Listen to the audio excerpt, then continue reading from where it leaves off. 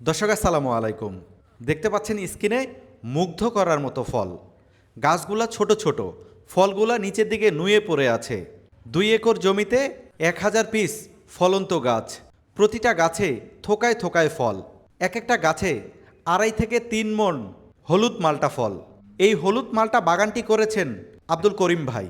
মাত্র 1500 টাকা দিয়ে শুরু করেছিলেন কমলা মালটার প্রজেক্ট।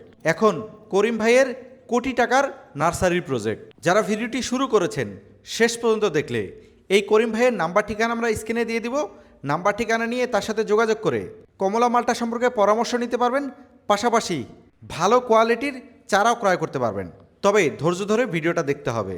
চলুন তাহলে ভিডিওটি শুরু করা যাক। ভাই আসসালামু আলাইকুম। ওয়ালাইকুম আসসালাম। কেমন আছেন ভাই? আলহামদুলিল্লাহ, আল্লাহর কাছে শুকরিয়া, আল্লাহ ভালো রাখছে। ভাই এই যে এই বাগানে বসে আছি, এখানে আসলে কত শতাংশ জায়গা আছে? এখানে 2 একর মতো জায়গা আছে, আমরা যেখানে বসে আছি। 2 একর। 2 একর। কতগুলা গাছ রোপণ করা আছে? গাছের সংখ্যা প্রায় 1000। 1000 পিস। জি জি। আচ্ছা, ফলন্ত গাছ কতগুলো আছে? ফলন্ত গাছই 1000। ফলন্ত গাছই 1000। 1000, তাতে কিছু কমলা আছে আর বাদ বাকিটা সব মালটা। আচ্ছা, এই যে প্রচুর পরিমাণে ফল ধরে আছে গাছে, আপনারা কি এই গাছ থেকে সায়ন সংগ্রহ করেন না? না, ছায়া সংগ্রহ না করলে আমরা গ্রাফটিং করি, সেটা আসবে কোথা থেকে? কিন্তু সায়ন সংগ্রহ করার পরেও এত বেশি ফল হয় গাছে? না, ছায়া সংগ্রহ করার সাথে ফলনের কোনো সম্পর্ক নাই। তবে ছায়া সংগ্রহ করলে গাছের ইয়েটা কমে যায়, গাছের জোরটা কমে যায়। তো যার জন্য আমরা প্রচুর পরিমাণে জৈব সার ব্যবহার করি। আনুমানিক এক একটা গাছে কত কেজি ফল পাচ্ছেন? না, এমনও গাছ ছিল তো 2 মণ, 2.5 মণ, 3 মণও ফল ছিল। আবার কোনো কোনো গাছ দেখা গেছে 20-30 কেজিও ফল ছিল। আর আমাদের সিনিয়র যে বাগানটি, আরেকটি যে বাগান আছে, সেখানে 5 থেকে 7 মণও ফল ছিল গাছে। আচ্ছা, এক একটা গাছের বয়স কতদিন হচ্ছে? এই গাছটার বয়স হচ্ছে 5 বছর। আর আমাদের প্রথম যে খামারটি আমরা করেছিলাম সেটার বয়স হচ্ছে 12 বছর। আচ্ছা, 5 বছর। কত বছর থেকে ফল পাচ্ছেন? না, 3 বছর পেলাম এইবার দিয়ে 3বার। মানে প্রথমে 2 বছর গ্যাপ দিচ্ছেন? জি জি, না 2 বছর গ্যাপ ছিল। তৃতীয় বছর থেকে ফল, এবার 5ম বছর, অর্থাৎ আমি 3 টার্ম ফল হারভেস্ট করলাম। 3 টার্ম? জি জি। আচ্ছা, আর কতদিন ফল নিতে পারবেন? না, আল্লাহ চাইলে তো অনেক দিন নিতে পারবো, আল্লাহ চাইলে অনেক দিন নিতে পারবো। মিনিমাম তো আপনার মোটামুটি 10 থেকে 12 বছর সহজে ফল নেওয়া যায়, যদি পরিচর্যাটা ভালো করা যায়। গেল বছরও এত পরিমাণ ফল ছিল, এ বছরও আবার প্রচুর পরিমাণ ফল দেখতেছি। কি পরিচর্যা করলেন ওই ফলগুলো ছেঁড়ার পরে? না, গত বছরের চেয়ে ফল প্রায় 1.5 গুণ এবছর। গত বছর আমরা ফল হারভেস্ট করার পরে প্রচুর পরিমাণে জৈব সার এখানে ব্যবহার করেছিলাম, সময় মতো সেচ দিয়েছিলাম, এবং রাসায়নিক সারও আমরা ব্যবহার করেছিলাম, যার জন্য আল্লাহ আমাদেরকে অনেক ফল দিয়েছে। আর আপনি প্রথমে যে কথাটা বলেছেন যে যিনি ফল ফলিয়েছেন, আসলে আপনার কথার সাথে আমি একমত না। আমরা ফল ফলানোর মালিক না, ফল ফলানোর মালিক হলে মহান আল্লাহ রাব্বুল ইজ্জাত। আমরা শুধু পরিচর্যা করেছি মাত্র। পরিচর্যা তো আপনি জি, করছেন, আমরা পরিচর্যা আপনি পরিশ্রম করছেন, জি। তার ফল হিসাবে আল্লাহ আল্লাহ তাআলা একদম ঢেলে দিয়েছে। জি, জি, হ্যাঁ, জি, এটাতে আলহামদুলিল্লাহ। আপনারও ক্রেডিট আছে। না, কারণ আপনি যদি লার্নিং না করতেন তাহলে তো আর্নিং হইতো না। আমি চেষ্টা করেছি, আল্লাহর কাছে চেয়েছি, আল্লাহ আমার মানে কি অকৃত্রিমভাবে আল্লাহ আমার হাত ভরে দিয়েছে। আলহামদুলিল্লাহ, আলহামদুলিল্লাহ। আচ্ছা ভাই, এই যে বাগানটা করছেন, এখানে আসলে গ্যাপ কতটুকু রাখছেন? কত ফিট কত ফিট? আমরা এইটা 9 ফিট বাই 10 ফিট ডিস্টেন্স দিছি। অনেকে এটা 12 ফিট বাই 12 ফিট দেয়। তবে আমি ব্যক্তিগতভাবে মনে করি, যদি সাথী ফসল কেউ না করে, তাহলে তার অবশ্য 9 থেকে 10 ফিটের মধ্যে দেওয়া উচিত, মালটা এবং কমলাটা। আচ্ছা, গাছটা যখন রোপণ করছিলেন, রোপণ পদ্ধতিটা একটু বলবেন? না, আমরা খুব সহজেই লাগিয়েছিলাম। প্রথমে চাষ দিয়েছিলাম জমিতে, চাষ দেওয়ার পরে আমরা গাছ লাগিয়েছি। গাছ লাগার পরে আমরা পরিচর্যা করেছি। গাছ লাগানোর পরেই তো আর সব কিছু শেষ না। গাছ লাগানোর পরে আসলে কতদিন পর সার, কীটনাশক, সেচ দিতে হয়? না, গাছ লাগানোর মোটামুটি মাসখানি পরের থেকে আপনি জৈব সার এবং রাসায়নিক সার এবং সেচ এবং অবশ্য ওষুধ, যে ওষুধটার মাধ্যমে আপনার গাছটাকে পোকামুক্ত রাখার জন্য, পোকা দমন করার জন্য যে ওষুধগুলো আছে, সেই ওষুধগুলো আপনি দিবেন। গাছটা রোপণ করার পরে কতদিন পরে ফল পাইছেন? না, রোপণ করলে একটু বড় সাইজের চারা লাগালে মোটামুটি তো আপনার 2 বছরে ফল আসে। 2 বছরে? 2 বছরে বাণিজ্যিকভাবে নেওয়া যাবে। আর যদি ছোট গাছ লাগান তাহলে হয়তো আরেক বছর বেশি লাগতে পারে। অন্য অন্য গাছে দেখি যে প্রথম বছর অনেক বেশি ফল হইলে পরের বছর ফলের পরিমাণ কমে যায়, সেই সমস্যাটা এই গাছগুলোতে না, আছে? এটা তো প্রত্যেক বছর ডবল হচ্ছে, আলহামদুলিল্লাহ। এটা প্রত্যেক বছর ডবল হচ্ছে। আপনার যে কথাটা একদম ঠিক। অতিরিক্ত ছোট গাছে ফল রাখার ফলে এবং খাদ্য প্রচুর পরিমাণে না দেওয়ার ফলে এই ক্ষতিটা হচ্ছে। তো আমি মনে করি যে ছোট গাছের থেকে যদি কেউ ফল নিতে চান তাকে প্রচুর পরিমাণে জৈব সার এবং রাসায়নিক সার ইউজ করবেন এবং যত্ন নেবেন, তা না হলে ওই গাছ কিন্তু বেশি দিন টিকবে না। আচ্ছা, ফুল ফল গুটি ঝরা সমস্যা আছে কিনা? না, আল্লাহ যে ফুল এবং ফল দেয়, একটা গাছে যে ফল দেয় এবং ফুল দেয় তার 100 ভাগের 5 ভাগ মাত্র ফল থাকে, আর সব পড়ে যায়। গাছকে আল্লাহ বলে দেয় যে তুমি এত% ফল নিতে পারবা, তার বেশি সে নিতে পারবে না। কিন্তু অনেক জায়গায় দেখা যায় যে গুটি ফুল পড়তে পড়তে এমন অবস্থা হয়ে গেছে গাছে 5টা 7টা ফল টিকে আছে। এটার জন্য কিছু এটা করতে হয় চরম কিনা? আকারে সেই চাষির ব্যর্থতা আছে, তিনি ভালো পরিচর্যা করতে পারেনি, সময় মতো সেচ দিতে পারেনি এবং স্প্রে করতে পারেনি, যার জন্য ক্ষতিটা হয়ে যায়। অ্যাকচুয়ালি আপনি যেটা বলছেন যে চাষ করতে গেলে অবশ্য আপনাকে চমৎকার একটা ধারণা লাগবে, যে ধারণার মাধ্যমে আপনি এগোতে পারেন।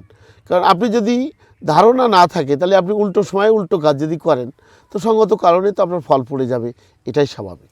এই গাছগুলোতে আসলে রোগ বালাই কেমন দেখেন? না, এই আপনার সাইট্রাস জাতীয় গাছের একটি রোগ পাওয়া গেছে, সাইট্রাস গ্রিনিং বলে যেটাকে। এই গ্রিনিং রোগটা অল পৃথিবীতে আছে, শুধু বাংলাদেশে না।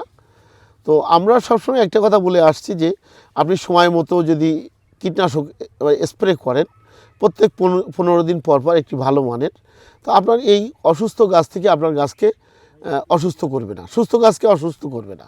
আর একটা পোকা আছে, সেই পোকা অসুস্থ গাছ থেকে আপনার রস নিয়ে সুস্থ গাছকে ইনজেক্ট করে, তখন এই গাছ আস্তে আস্তে আপনার মরণ ধরে।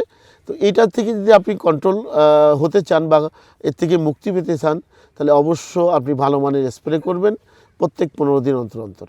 দেখেন শাকসবজি অন্য অন্য ফসল সে প্রত্যেক দিন একবার করে আপনার স্প্রে করে, সে সেখানে করতে পারছে, আর আপনি 15 দিনে একবার মানে স্প্রে করতে পারবেন না, তাহলে তো আপনার মালটা বাগানে আসার প্রয়োজন নাই।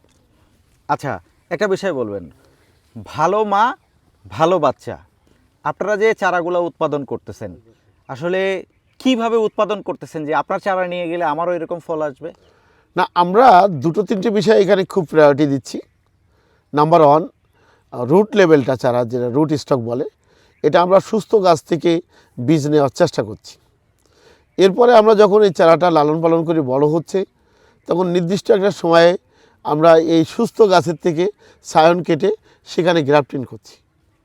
তাহলে আপনার বীজের থেকে যদি উল্টোপাল্টা হয়ে যায় আপনার ফলন হবে না। অনেকেই দোষ দিচ্ছে যে 2 বছর 3 বছর 5 বছরে গাছ নষ্ট হচ্ছে। মূলত বীজ থেকে শুরু করতে হবে এর ফর্মুলাটা।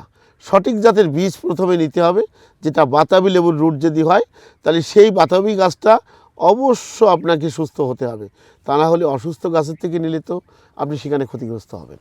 আপনার কাছে যে চারাগুলো আছে এগুলি আমরা নিয়ে গেলে কতদিন পরে ফল পাবো? না, ফল পাইতে মালটা বেশি দিন সময় লাগে না, সর্বোচ্চ 1 বছরে আপনি ফল পাইতে পারেন। তবে বাণিজ্যিকভাবে ফল নিতে গেলে মোটামুটি আপনাকে 2 বছর পর্যন্ত অপেক্ষা করতে হবে। আপনার এই মালটা চাষাবাদ করতে গেলে উপযুক্ত জায়গা দরকার আছে কিনা?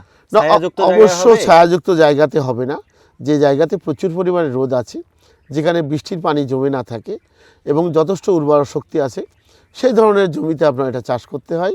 আর অ্যাকচুয়ালি পরিচর্যার যে ব্যাপারটা, আমাদের কাছে যারা যুক্ত থাকে তাদেরকে আমরা 2 বছরের টেকনিক্যাল সাপোর্ট দিই। আমরা একটা লিখিত আকারে ক্যাটালগ তাকে দেওয়া হয়, যেভাবে সে চলতে পারে আগামী দিনগুলোতে 2-5 বছর সে চলতে পারবে। সঠিক জাতের চারা আমরা এখানে দেয় এবং জাতের গ্যারান্টি তো আছেই, লাইফ গ্যারান্টিটাও আমাদের মধ্যে আছে। তাহলে আপনার থাকলো কি? আপনার থাকলো শুধু পরিচর্যাটা। আমার মনে হয় সাইট্রাস নিয়ে যে ধরনের গবেষণা হচ্ছে আগামী দিনগুলোতে সাইট্রাস অনেক ভালো করবে বাংলাদেশে।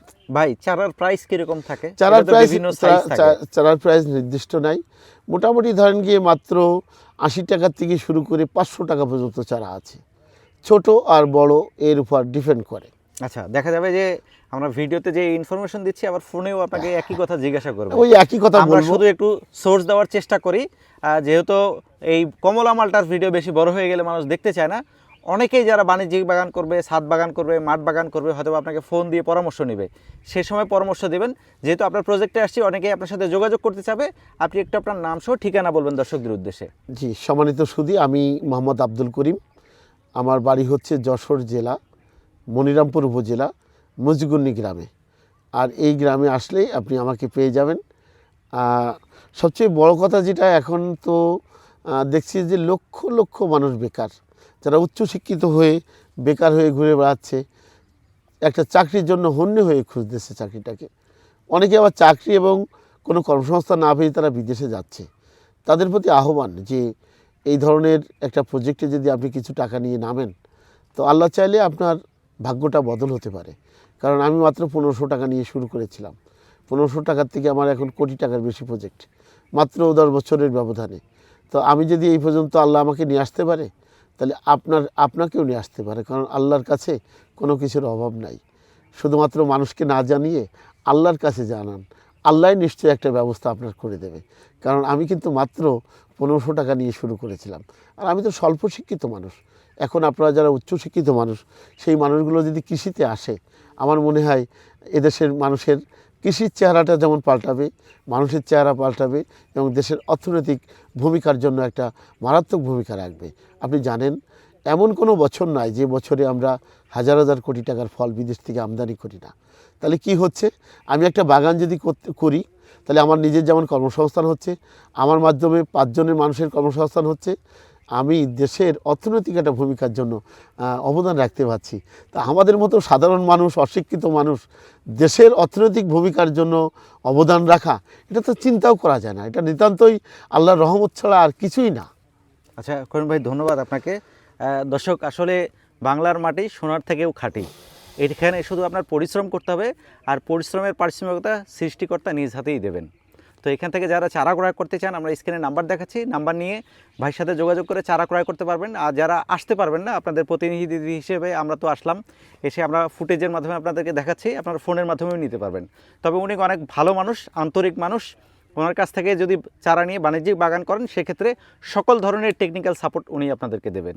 তো ভিডিওটা আর বড় করছি না, যারা ধৈর্য ধরে ভিডিওটা দেখলেন, চ্যানেলে দেখলে চ্যানেলটি সাবস্ক্রাইব করুন। আর যারা ফেসবুক পেজে দেখছেন, পেজটি ফলো করে রাখলে নিয়মিত আমরা এরকম এক্সক্লুসিভ বাগান দেখানোর চেষ্টা করি, পাশাপাশি এরকম অভিজ্ঞ মানুষদের অভিজ্ঞতা শেয়ার করার চেষ্টা করি। তো আজকের মতো বিদায় নিচ্ছি ভাই, আপনাকে অসংখ্য ধন্যবাদ। আপনাকে ধন্যবাদ, সেই সাথে আজকে যারা প্রোগ্রামটি দেখছে সবাইকে ধন্যবাদ। আমি মনে করি যে এই ধরনের একটা প্রোগ্রাম দেখে যদি একজন মানুষের কর্মসংস্থান বাড়ে, সে স্বাবলম্বী হতে পারে, তাহলে তখন আমার এই কষ্টটা কিছুটা হলেও সার্থক হবে বলে মনে করি। ধন্যবাদ সবাইকে। ধন্যবাদ। আসসালামু আলাইকুম।